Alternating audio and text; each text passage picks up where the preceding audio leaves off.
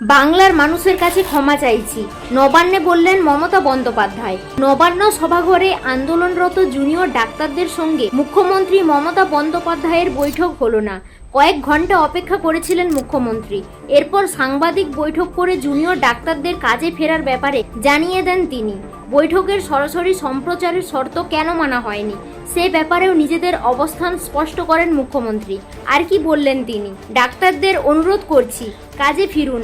Nabanna সভাঘরে junior ডাক্তারদের সঙ্গে বৈঠক না হওয়ার পর স্পষ্ট ভাষায় জানিয়ে দিলেন মুখ্যমন্ত্রী মমতা বন্দ্যোপাধ্যায়। মমতা বলেন, 3 দিনেও সমাধান করতে পারলাম না, বাংলার মানুষের কাছে ক্ষমা চাইছি। যারা নবান্নের সামনে এসেও বৈঠকে এলেন না তাদের আমি ক্ষমা করলাম। নবান্ন সভাঘরে আন্দোলনরত জুনিয়র ডাক্তারদের বৈঠকে ডাকা হয়েছিল বৃহস্পতিবার সন্ধ্যায়। বৈঠকে সরাসরি সম্প্রচার করার শর্ত নিয়ে অনড় ছিলেন জুনিয়র ডাক্তাররা।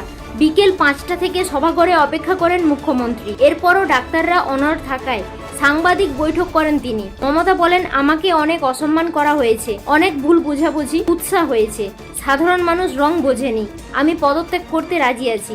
কিন্তু আশা করি মানুষ বুঝেছেন, ওরা বিচার চায় না, চেয়ার চায়।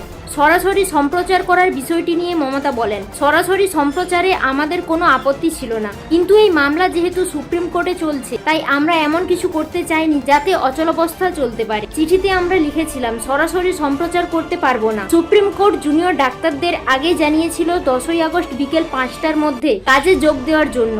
তবে কর্মবিরতি না তুলে মুখ্যমন্ত্রীর সঙ্গে বৈঠক করতে চেয়েছিলেন জুনিয়র ডাক্তাররা।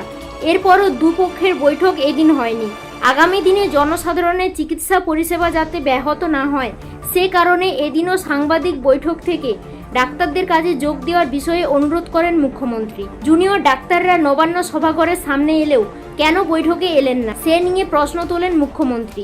তিনি বলেন, অনেকে আগ্রহী ছিলেন কিন্তু বাইরে থেকে নির্দেশ আসছিল, 2-3 জন রাজি হয়নি।